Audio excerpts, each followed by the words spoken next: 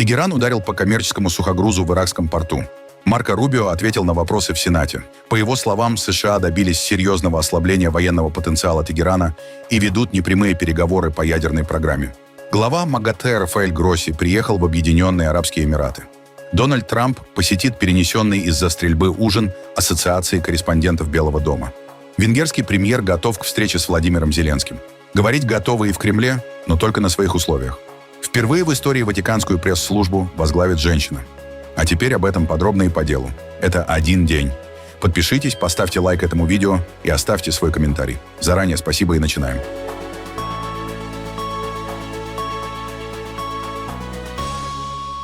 Минувшей ночью Иран начал одну из самых массированных атак по американским объектам в Персидском заливе с начала войны 28 февраля. Тегеран нанес удары баллистическими ракетами и дронами по штаб-квартире 5-го флота США в Бахрейне, авиабазам Али-Аль-Салем и Арифджан в Кувейте, а также по нефтяному танкеру возле Дубая. Атака, по утверждению иранской пропаганды, стала ответом на новые удары США по иранским объектам. Центральное командование США, CENTCOM, подтвердило, что американские силы нанесли оборонительные удары по пункту управления беспилотниками на острове Кешем после атак Ирана на объекты союзников США в регионе. По данным Пентагона, 3 баллистические ракеты, выпущенные по Бахрейну, были перехвачены системами ПВО Соединенных Штатов и Бахрейна. Еще 2 ракеты, направленные в сторону Кувейта, либо упали раньше цели, либо разрушились в воздухе. Кроме того, американские военные сообщили об уничтожении 3 дронов «Камикадзе», летевших в сторону коммерческих судов. При этом в Центральном командовании США опровергли утверждения Ирана об ударах по штабу 5-го флота и авиабазе в регионе. Иранские СМИ при этом утверждают, что Тегеран меняет саму стратегию конфликта. Корпус стражей Исламской революции заявил: политика симметричного ответа закончена, и теперь Иран будет отвечать как минимум в 1,5 раза сильнее на любые американские удары. На фоне атак в Бахрейне и Кувейте звучали сирены воздушной тревоги и фиксировались взрывы. В социальных сетях распространяются кадры пролета баллистических ракет над Кувейтом и работы комплексов Patriot. Дополнительную тревогу вызвали сообщения об атаке на нефтяной танкер возле Дубая. Американские и арабские СМИ отмечают, удары по коммерческому судоходству могут означать переход конфликта в новую фазу, с прямой угрозой мировой торговли и энергетическим поставкам. Телеканалы Аль-Арабия и Аль-Джазира сообщают, что страны Персидского залива экстренно усиливают ПВО вокруг нефтяной инфраструктуры и американских баз. В Кувейте и Бахрейне приведены в повышенную готовность армии и службы гражданской обороны. Тем временем в Иране государственные СМИ подают происходящее как битву за Ормузский пролив. Представители КСИР заявляют, безопасность судоходства теперь зависит от прекращения американского военного присутствия в регионе. В Тегеране также утверждают, что новые удары США только укрепляют позиции сторонников жесткой линии внутри иранского руководства и ставят под угрозу любые переговоры с Вашингтоном. Несмотря на это, Пентагон подчеркивает, американские силы готовы к дальнейшей эскалации. Однако пока речь идет о сдерживании и самообороне. В иракском порту Каср контейнеровоз МСС Сарискамой получил повреждения в результате попадания 2 снарядов. Судоходная компания МСС сообщила, что все члены экипажа остались живы и не пострадали. Иранский корпус стражей Исламской революции заявил, что атаковал судно крылатой ракетой в ответ на, как утверждает Тегеран, более ранний удар по иранскому кораблю. Судно загорелось, пожар был потушен аварийными службами порта. На слушаниях в Комитете по международным отношениям Сената США госсекретарь Марко Рубио отчитывался о внешней политике администрации Трампа и бюджетных приоритетах Госдепартамента. Главной темой стала ситуация вокруг Ирана. По словам Рубио, США добились серьезного ослабления военного потенциала Тегерана и ведут непрямые переговоры по ядерной программе. При этом Вашингтон настаивает на открытии Ормузского пролива и готов продолжать давление на Иран, если договоренностей достичь не удастся. Каждый день Иран теряет сотни миллионов долларов недополученных доходов. Сейчас мы ведем переговоры, и я говорю именно переговоры, потому что переговоры с Ираном — это не переговоры со Швейцарией, это совсем другое. К сожалению, они требуют посредников. Однако сейчас существует перспектива, которая может реализоваться сегодня, завтра или на следующей неделе. Впервые, по крайней мере, на моей памяти, Иран согласился обсуждать аспекты своей ядерной программы, которые еще месяц назад или даже год назад они категорически отказывались даже упоминать. Это не означает, что в итоге будет достигнуто соглашение, которое устроит Сенат или американский народ. Но это даст нам возможность проверить на практике, насколько далеко они готовы зайти в переговорах. К сожалению, этот процесс осложняется тем, что внутри иранского режима существуют определенные разногласия, настолько, что на получение ответа от их системы иногда уходят дни, но мы надеемся, что удастся достичь договоренности, при которой проливы будут вновь открыты, а мы перейдем к переговорам по четко определенным темам с целью добиться результата, который устроит нас и который они также смогут принять. Если же это не сработает, то проблема их ядерных амбиций останется, но одного у них уже не будет — обычного военного щита, за которым они могли бы скрываться. То, что происходит сейчас, принципиально отличается от прежних ситуаций. Эта война и решение администрации о блокаде фактически сделали мировую экономику и экономику США заложниками способности договориться с Ираном. Именно поэтому вся страна сейчас сосредоточена на вопросе, когда будет достигнуто соглашение, потому что, судя по всему, до тех пор, пока соглашения нет, Ормузский пролив остается закрытым. Для иранской экономики это тоже имеет цену. Но сейчас разрушительные последствия испытывает и экономика США. Информация, поступающая от администрации, особенно в последние недели, остается крайне противоречивой. Мы получаем сигналы о том, что сделка уже близка. Однако вчера президент заявил, что ему наскучили переговоры, и ему все равно, будет сделка или нет. Думаю, крайне важно понять, где проходят ваши красные линии. Чего именно вы добиваетесь на этих переговорах? И какие обязательства должен взять на себя Иран, чтобы вы сняли блокаду? Мы, конечно, надеемся, что и они со своей стороны прекратят блокирование. Поэтому расскажите немного о своих ключевых требованиях. Что должно произойти, чтобы пролив был открыт? Потому что сейчас это, по сути, единственный вопрос, который волнует американских потребителей. И каждый день мы слышим от президента совершенно разные сигналы относительно того, вовлечен ли он вообще в решение этой проблемы и будет ли пролив открыт. Да, думаю, ваш вопрос затрагивает самую суть проблемы. Это хороший вопрос. Позвольте сначала разделить несколько тем. Единственная причина существования американской блокады заключается в том, что Иран закрыл проливы, обстреливает коммерческие суда и заминировал значительные участки международных вод Ормузского пролива. Поэтому блокада распространяется только на иранские суда. Логика проста. Если никто не может свободно проходить через пролив, то и иранские суда тоже не должны иметь такой возможности. Мы не можем жить в мире, где Иран закрывает проливы для всех остальных, угрожает взорвать чужие корабли, а его собственные суда беспрепятственно проходят через них. Именно поэтому была введена блокада. Ее бы не было, если бы Иран выполнил свое обещание после вступления в силу режима прекращения огня и открыл проливы. Поэтому сосредоточимся на этом вопросе. Во-первых, то, что делает Иран, является незаконным. Нет ни одной страны в мире, кроме самого Ирана и, возможно, Омана, который иногда допускал такую возможность, которая поддерживала бы действия Ирана. Против этого выступают Китай, Россия, выступают все. Весь мир против. Поэтому первое условие — проливы должны быть открыты. А это означает, что суда должны свободно проходить через международные воды, как и через другие стратегические морские маршруты по всему миру, без обстрелов и без каких-либо сборов за проход. Это условие номер один. Но пролив закрыт из-за нашего решения вторгнуться в Иран. Это следствие наших военных действий. Я не хочу сейчас спорить об этом. Мы все понимаем, почему пролив закрыт. Вы начали военную операцию против Ирана и заранее знали, что такой ответ с их стороны весьма вероятен. Вопрос в том, как мы собираемся снова открыть пролив. Не собираетесь ли вы выдвигать настолько жесткие требования, что он останется закрытым? Как именно вы планируете добиться его открытия? Открытие пролива — обязательное предварительное условие для всего остального. Если Иран хочет снова экспортировать свою нефть через пролив, он должен его открыть. Если они откажутся, у нас есть и другие варианты действий. Но мы предпочли бы решить этот вопрос путем переговоров. Тогда расскажите о переговорах. Что именно вам нужно от них для открытия пролива? Нам нужно открыть его уже завтра. Требования очень просты. Они должны официально заявить, что больше не будут обстреливать коммерческие суда или угрожать им. Во многих случаях суда не идут через пролив даже не потому, что уже подверглись атаке, а из-за риска быть атакованными. Поэтому они должны четко объявить, что пролив открыт. Они не должны взимать плату за проход. Должны помочь убрать установленные ими мины и прекратить любые обстрелы судов. Но президент также говорит, что Иран должен взять на себя обязательства по ядерной программе. Именно об этом я спрашиваю. Понимаю. Какие именно обязательства необходимы для открытия пролива?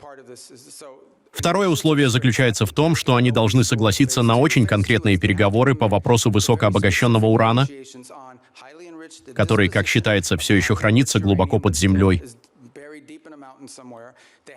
Они должны согласиться обсуждать жесткие и долгосрочные ограничения, либо полное прекращение деятельности по обогащению урана. То есть уже на втором этапе переговоров.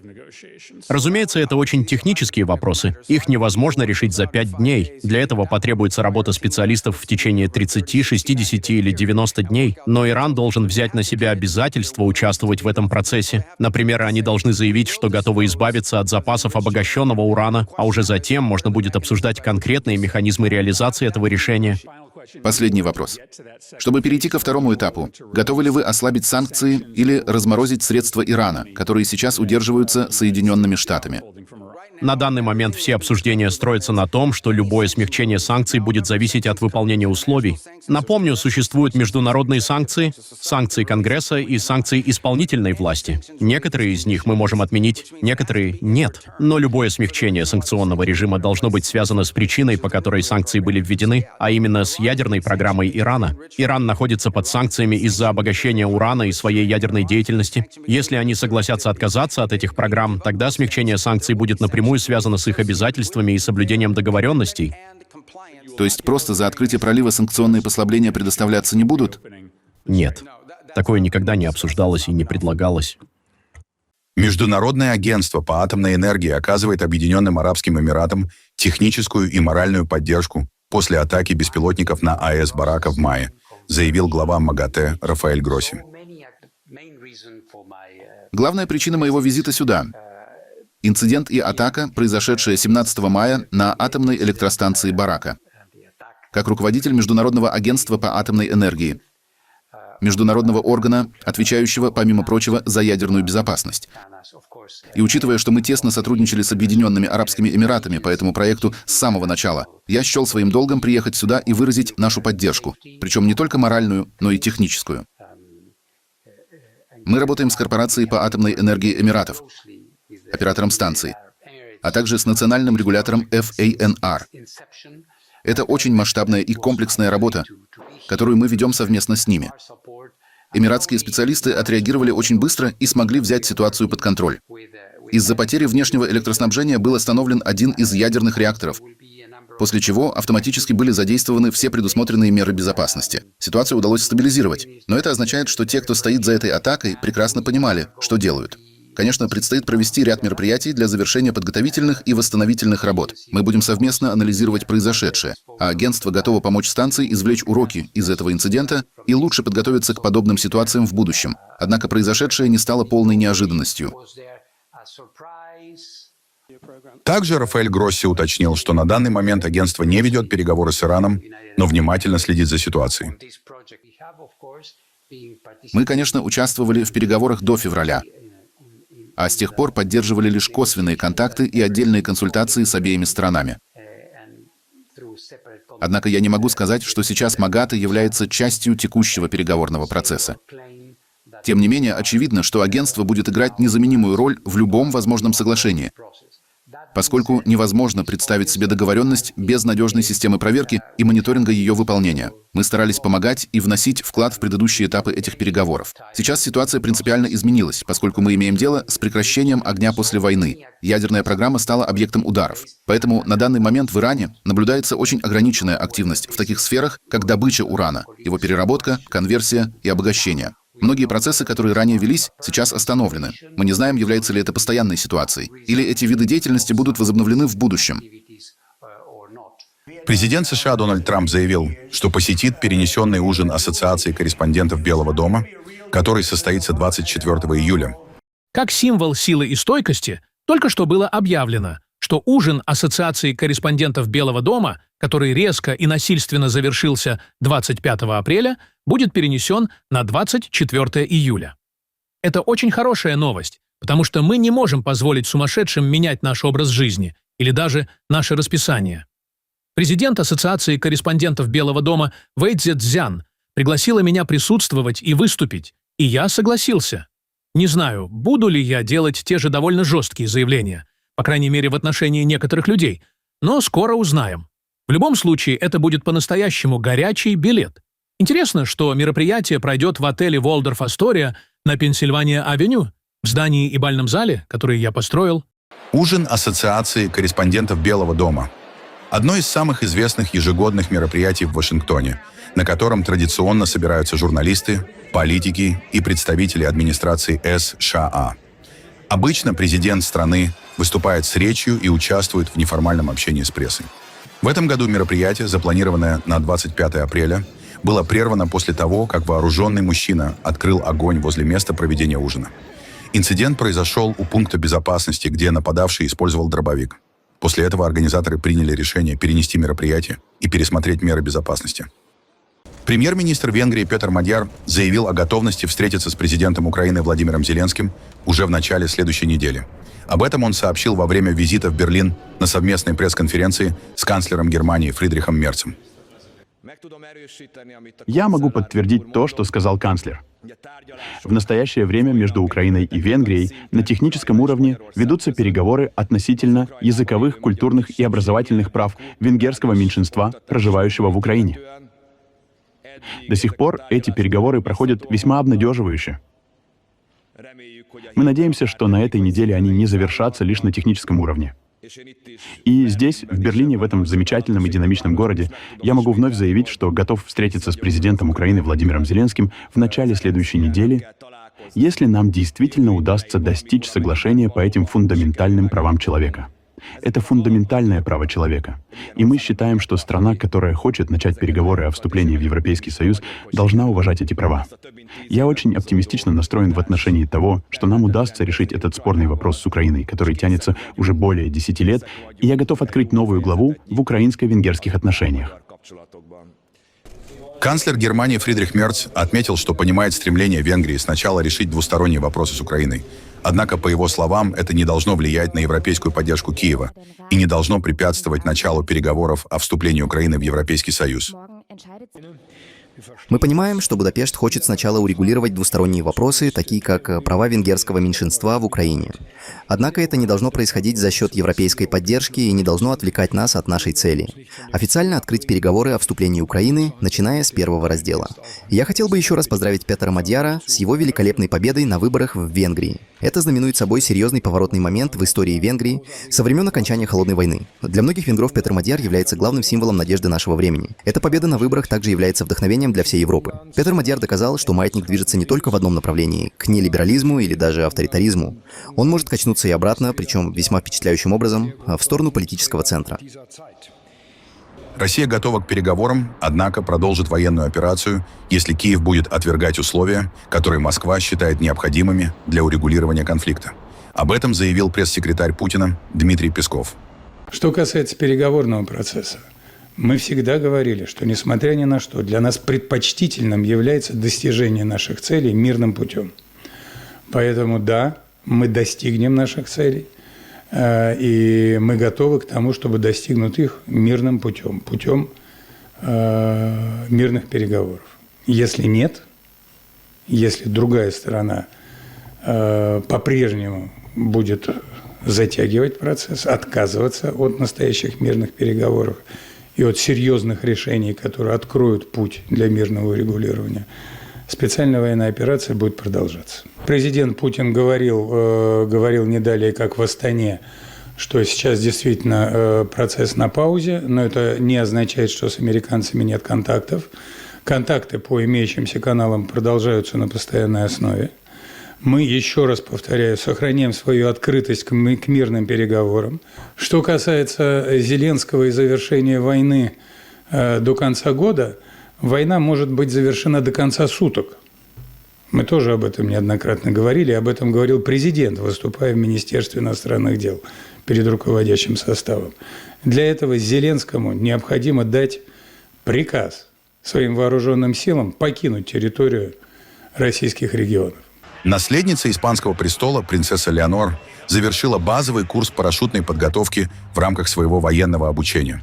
Курс проходил на базе Алькантарилья в регионе Мурсия, где вместе с примерно 50 курсантами Академии военно-воздушных и космических сил она отрабатывала выполнение автоматических парашютных прыжков.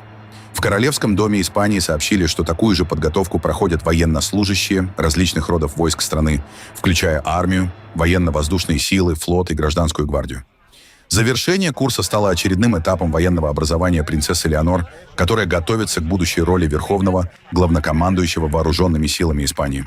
Польское правительство планирует запретить использование мобильных телефонов в школах для детей младше 16 лет уже с начала нового учебного года. Согласно инициативе, ученики не смогут пользоваться смартфонами не только на уроках, но и во время перемен, а школы получат право организовывать специальные места для хранения устройств. Согласно опросам, около 85% общества поддерживают такое решение. Мы понимаем, что оно не идеально и является лишь одним из элементов, но надеемся, что это укрепит авторитет и автономию учителей, их способность принимать решения и эффективно действовать, а также поможет навести порядок и обеспечить цифровую гигиену в школах. Телефоны и социальные сети представляют огромную угрозу для нас как молодого поколения. Однако мы считаем, что начинать следует с образования. Не стоит автоматически нажимать волшебную кнопку и запрещать мобильные телефоны. Сначала нужно обучать. Обучать молодых людей цифровой гигиене. Объяснять им риски, показывать, что эти вещи не так безобидны, как может показаться. Ведь проводить весь день, весь вечер и всю ночь в телефоне приводит к негативным последствиям. Премьер-министр Дональд Туск заявил, что власти обеспокоены растущей зависимостью детей и подростков от социальных сетей и онлайн-платформ. Если говорить о школах, мы предложим запрет на использование мобильных телефонов учащимися во время уроков и перемен. Мы столкнулись с цивилизационной проблемой. Практически все, особенно самые молодые, зависимы от платформ, игр и так далее. До сих пор мы были в некоторой степени беспомощны и бессильны.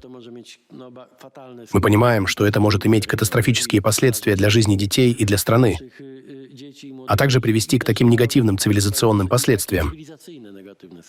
Одновременно правительство готовит отдельный законопроект, который должен ужесточить проверку возраста пользователей для доступа к контенту для взрослых в интернете.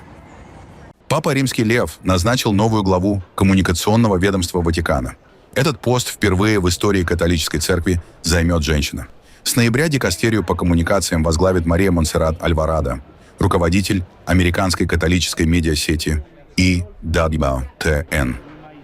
Уроженка Мехико сменит Паоло Руфини, который руководил ведомством с 2018 года и уходит в отставку. Подразделение отвечает за работу новостного портала Ватикана, радио, газеты и пресс-службы Святого Престола. До назначения Альварадо занимала должность президента и главного операционного директора новостного подразделения EWTN, одной из крупнейших католических медиасетей мира. В столице Тайваня прошло масштабное дрон-шоу в рамках выставки Computex Taipei, одной из крупнейших технологических выставок Азии. Над ночным Тайбэем, рядом с небоскребом Тайбэй-101, сотни дронов выстроились в фигуры гигантского робота, автомобиля и планеты Земля. Ежегодная выставка объединяет ведущие мировые технологические компании, которые представляют разработки в сфере искусственного интеллекта, вычислительной техники, робототехники и других передовых технологий. По данным организаторов, в этом году Computex собрала рекордное число участников – более 6 тысяч экспонентов из разных отраслей высокотехнологичного сектора.